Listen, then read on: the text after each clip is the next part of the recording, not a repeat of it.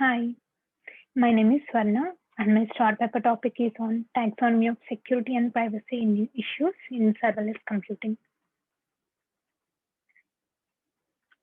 So basically, serverless doesn't mean that they don't have servers.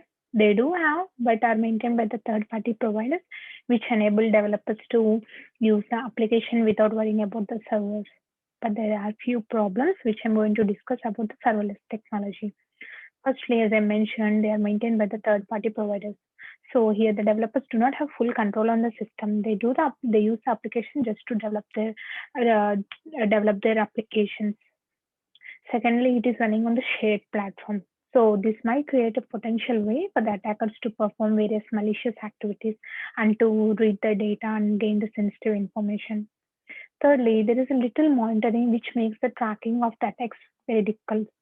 So the monitoring is very low. The users or the developers or the providers, they couldn't track all the attacks that is happening on their applications. And the solution for these vulnerabilities, they were, but which are built up on the traditional vulnerabilities. The security keeps evolving, the attackers keep changing their strategies, so it is quite difficult to provide the solution for each vulnerability. This is the new technology, the very new technology which was started from 2014 to 2015.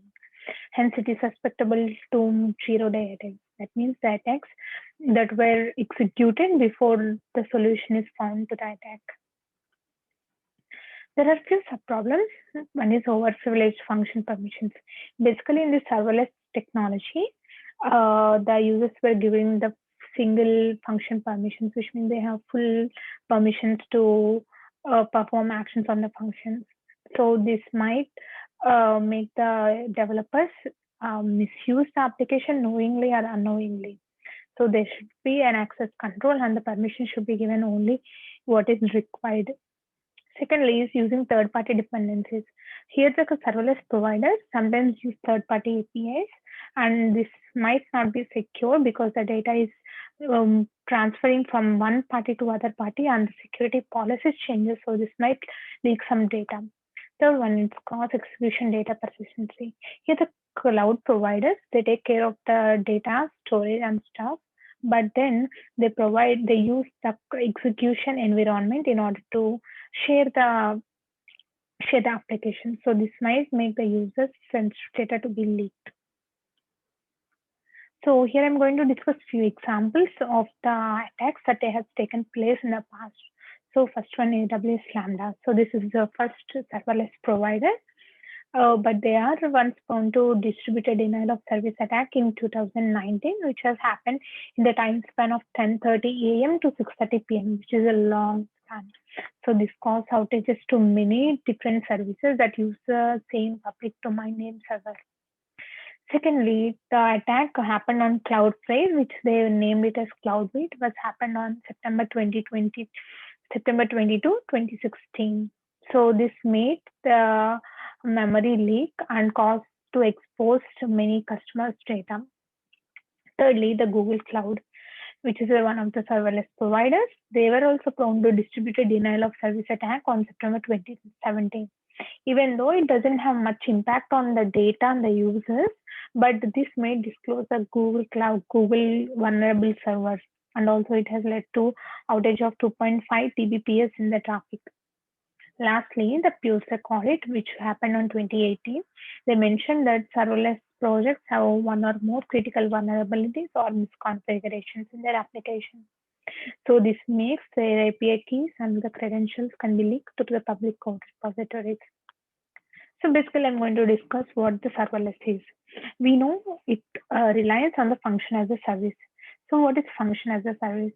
In this, the servers are maintained by the third party or the serverless providers, and then developer use the application. So even in platform as a service, which is called as PaaS, the servers are maintained by the third parties.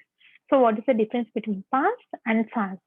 So in function as a service, the server only runs when the function is invoked, whereas in platform as a service, there is one server which runs continuously.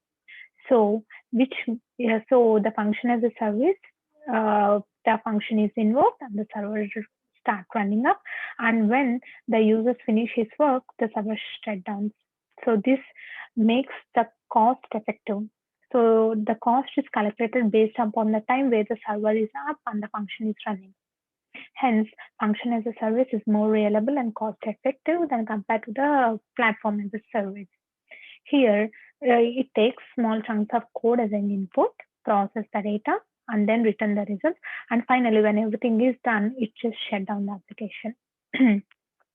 So as we're talking about the cloud providers who are the third parties, so they take care of all the clusters, servers, patching, operating system maintenance, the capacity provisioning, the database storage and stuff.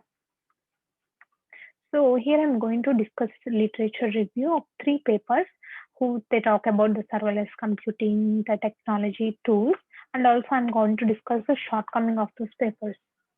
Firstly, the paper by Baldini, they describes the open problem and all the current trends in the serverless computing.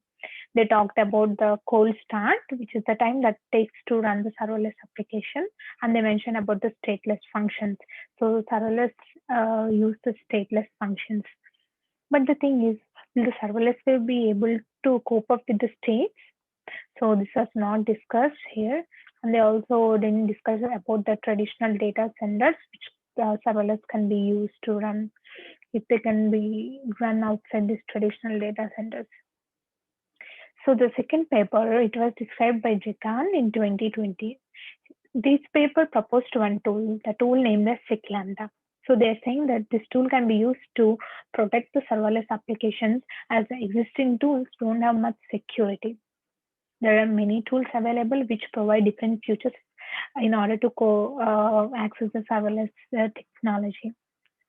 So even this paper proposed a new tool. They talked about how this can reduce the severity of vulnerabilities in the serverless application.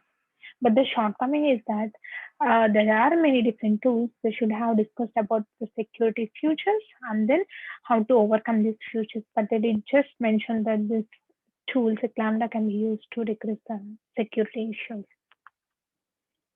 Thirdly, the paper discussed by Zindal in 2021, they told that serverless applications run on the function as a service, as we mentioned in the background. And also, these applications are available in the form of Kubernetes, which is a container database type.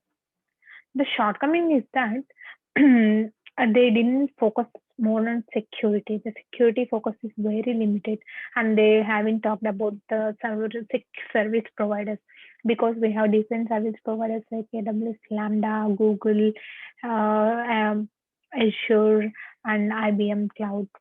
So their focus on those service providers is very limited. So coming to the methodology, I'm going to find a potential surveys and taxonomies on the security of the serverless computing. And then once this is found, I'm going to prepare the comprehensive paper. So I'm going to educate users and the developers on the serverless computing, security and privacy issues that will be faced in serverless computing. Also, I'm going to make users and developers to gain knowledge on how to secure their applications with these security features. So as the diagram states, I'm going to investigate within the timeline from 2015 to 2021, as the serverless is very new, which started gaining popularity from 2015. And I'm going to search all the articles, news, Google Scholar, blogs, webs, and the service providers. There, I'm going to collect the data, and with the collected data, I'm going to interpret the data and find the enabling technologies, and then I'm going to classify the data into taxonomy. So this taxonomy consists of serverless security and privacy issues, and it consists of the countermeasures to overcome these issues. And then, so finally, I'm going to evaluate my project and outcomes based on few checklists.